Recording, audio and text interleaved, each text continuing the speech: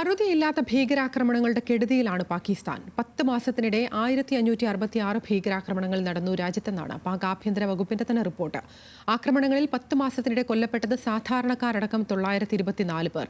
തീവ്ര നിലപാടുള്ള ഗ്രൂപ്പുകൾ നടത്തുന്ന നിരന്തര സ്ഫോടനങ്ങളുടെ നടുക്കത്തിലാണ് പാകിസ്ഥാനിലെ സാധാരണക്കാർ.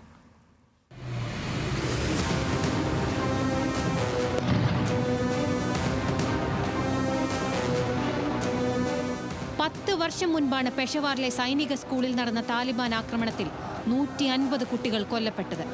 അതിന്റെ വിങ്ങലിൽ കഴിയുന്ന നൂറുകണക്കിന് കുടുംബങ്ങൾ ഇപ്പോഴുമുണ്ട്. കണ്ണീരുണങ്ങാത്ത അവിടുത്തെ സാധാരണ മനുഷ്യരുടെ വേദനയ്ക്ക് ഒരു പതിറ്റാണ്ടിന് ശേഷവും മാറ്റമൊന്നുമില്ല.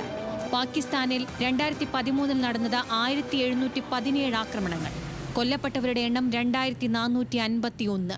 2020 146 ആക്രമണങ്ങളിൽ 220 പേരുടെ ജീവൻ നഷ്ടമായി. അങ്ങനെ രേഖപ്പെടുത്തിയും അല്ലാതെയും അവശേഷിക്കുന്ന കണക്കുകൾ ഞെട്ടിക്കുന്നവ. പാക് സംഘർഷത്തിന്റെ പ്രധാന ഉറവിടമായി നയതന്ത്ര വിദഗ്ധർ വിരൽ ചൂണ്ടുന്നത് താലിബാന് നേരെയാണ്. കാബൂളിലെ താലിബാൻ ഭരണകൂടം പാക് തെഹ്രീക്ക് ഈ താലിബാന് സഹായം നൽകുന്നുവെന്നാണ് നിരീക്ഷണം. 2021 താലിബാൻ അധികാരം പിടിച്ചതോടെ അക്രമങ്ങൾ കൂടി. വടക്കു പടിഞ്ഞാറൻ പാകിസ്ഥാനിലെ ഖൈബർ പഖ്തൂൺ പ്രവിശ്യ ഭാഗങ്ങളിൽ പാക് താലിബാനും മറ്റ് തീവ്രവാദ ഗ്രൂപ്പുകളും തമ്മിൽ സംഘർഷം പതിവാണ്. ഖൈബറും ബലൂച്ച് മേഖലയിലും ഇത്തരം സ്ഫോടനങ്ങൾ നിരവധിയും. ഷിയ സുന്നി കലാപവും ഈ മേഖലയിൽ തുടരുകയാണ്.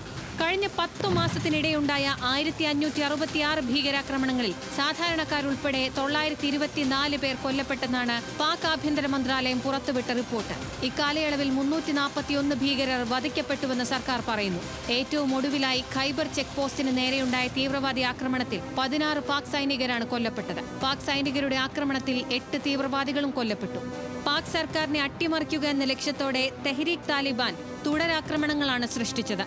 2023 ജനുവരിയിൽ പെഷവാറിലെ മസ്ജിദിലുണ്ടായ ചാവേർ ആക്രമണത്തിൽ 100-ലേറെ സാധാരണക്കാർ കൊല്ലപ്പെട്ടിരുന്നു. ചാവേർ ആക്രമണമാണ് കൂടുതൽ.